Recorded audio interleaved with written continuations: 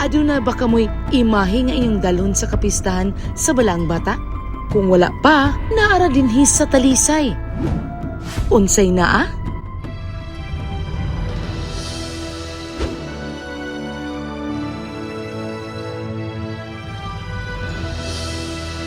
Aduna kitay nahimamat nga dugay ng manghimuay og mga religious images. Labi na gyud ang imahe ni Senyor Santo Niño nga taga Barangay Lagtang ning atong Dakbayan. Sila ang nanag-iya sa RC Donato Shop nga gitukod pa kaniadtong 1978.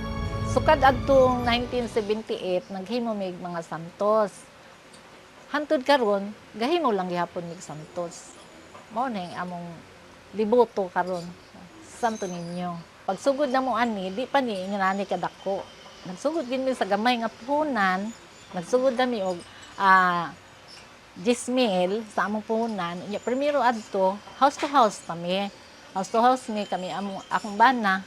Ang paghimo ana, ang pagprocess sa ana, ikuan ra man na siya, i-mix ra man na siya ang plaster o pares adto sa molding kay gahimo pa moldi agi man na siya moldihan. So ginabuhos lang na siya. After 5 minutes mukuan naman na siya, mo init. So, kuan na siya, imo na ng baklason, inig kuha adtong rubber, purma na siyang santos. Nya amo na ang sunod adto, lihaan na pod, pagkahuman og liha, ano na po dito sa pintor. Okay, para makuluran.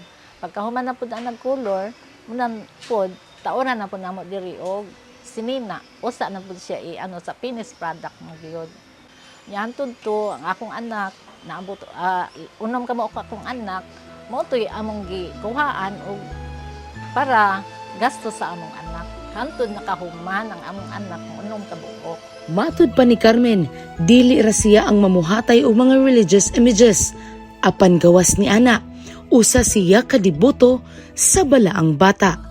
Ang iyang paghatag og donasyon matag fiesta, mo'y iyang pamaagi isip pagpasalamat sa tanang mga pag-ampo nga gidungog sa Balaang Bata.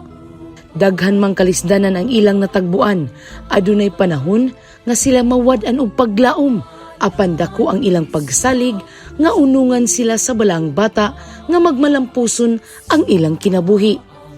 Senyor Santo Niño touches our lives with hope and happiness. Just like our Talisay City Mayor Samsam Gulyas told us when he shared a little bit of the story of his life touched by Senyor Santo Niño's miracle. Santo Niño has been very close to the family. Ako growing up, I was always told that Santo Niño was miraculous. Find time to go to Santo Niño, find time to thank Santo Niño for everything he has done for us. Senyor Santo Niño indeed plays an important figure in our lives.